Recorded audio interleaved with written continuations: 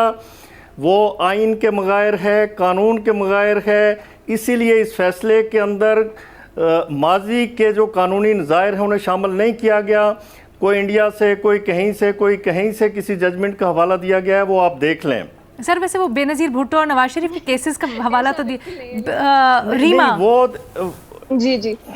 علینا، یہ کہنا کہ پاکستان کے میجورٹی جورسٹ کہہ رہے ہیں کہ یہ فیصلہ غلط ہے، پلیز اگر کوئی ریفرینڈم کرایا ہے مجھے بھی دکھا دیں۔ میں تو بہت سے لائرز کو جانتی ہوں جو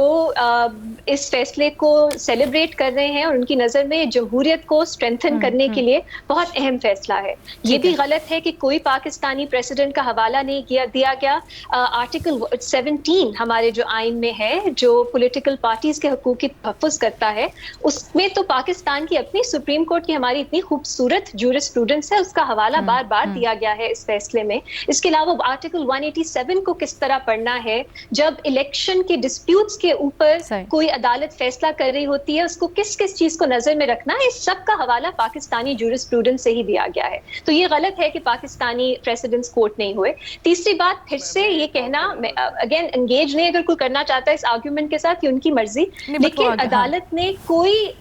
قانون کو یہ نہیں، اس نے کوئی قانون نہیں، انہوں نے ایک صرف رول ہے جو الیکشن کمیشن خود بناتا ہے، اس کو کہا ہے کہ یہ قانون اور آئین کے خلاف ہے۔ اچھا مجھے ایک چیز صرف بتا دیجیے گا، سوری لیکن عدالت نے سوری علینا، عدالت نے کسی قانون کو نہیں کہا کہ پارلیمنٹ کے پاس اختیار نہیں ہے۔ تو یہ ہم نے عجیب سی پارلیمنٹری سوورنٹی، یہ بھی ایک کنٹروورشل بات ہے، اس کو اس طرح اس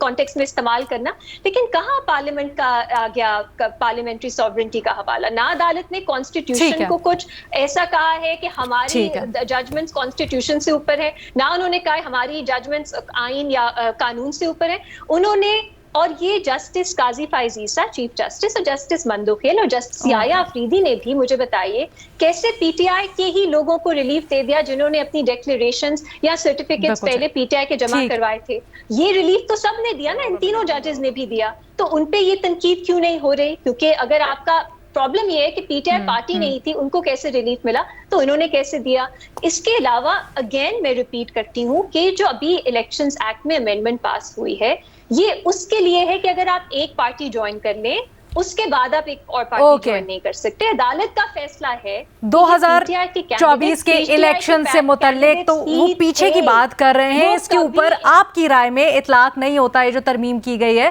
لیکن الیکشن کمیشن آج 5ویں دن بھی غور کر رہا ہے اس کے اوپر۔ اس کا سیاسی پہلو بھی بڑا انٹرسٹنگ ہے۔